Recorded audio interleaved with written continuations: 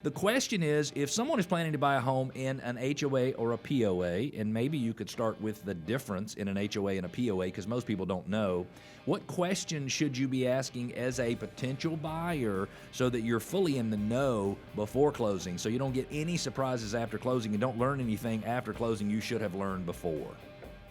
Okay, well, let's start with the basics. Okay. There are three kinds of community associations in the state of Georgia. Okay. There are condominium associations, COA. Right. There are property owners associations, POA, and there are plain old homeowners associations, which are called HOAs. Okay. Long time, all homeowners associations were called HOAs. Right. But the state enacted a law Okay. a while back that created the Property Owners Association Act, which paralleled the Condominium Act. Okay. So a lot of communities now are subject to that law, although not all are. So it is important that you understand whether your community is a POA or a plain old HOA. Michael, what are the questions that a buyer should be asking if they're planning to buy a home in a neighborhood with an HOA or a POA or a condominium association? I think one thing that everybody should understand, Okay. but somehow it gets overlooked, is if you're buying in a community association, there are going to be some covenants. That's correct. Conditions and restrictions.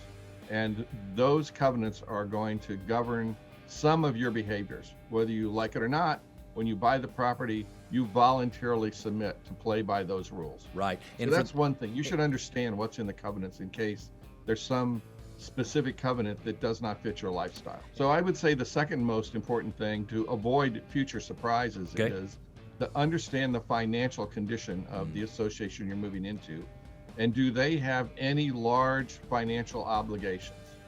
And I can give you a couple of examples.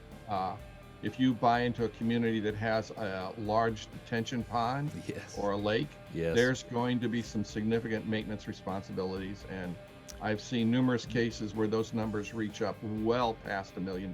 Every community should have a plan for future reserve Okay. expenses, money they're going to have to spend on the facilities to maintain and repair them. Right.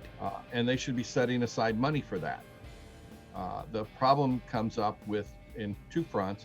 One, community is just not doing it, which Right. is a terrible, terrible operating problem. Hmm. And the second one is they get surprised by a letter from the county that says, you need to remove 3 feet of silt from your detention pond.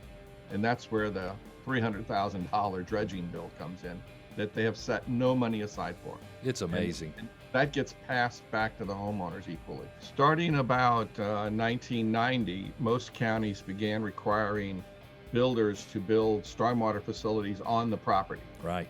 And that's where these big dredging, lake dredging, retention pond obligations come from. So yeah, Cleve, virtually every neighborhood has a future detention pond. Has something. In some places, the retention or detention ponds are actually on private property. They're on the property of an individual homeowner, and sometimes the responsibility to maintain them can fall on that homeowner. So that's if you have a property and it has a retention or a detention pond, don't just assume that it's the county or the city or the HOA's responsibility. There are going to be some costs at the closing table. Right. Those costs stem from the mortgage lender requiring documentation from the homeowners association.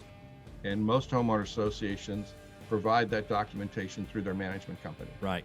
So you as a buyer or a seller, you should look into what those fees are going to be and determine what the share is going to be between the buyer and the seller.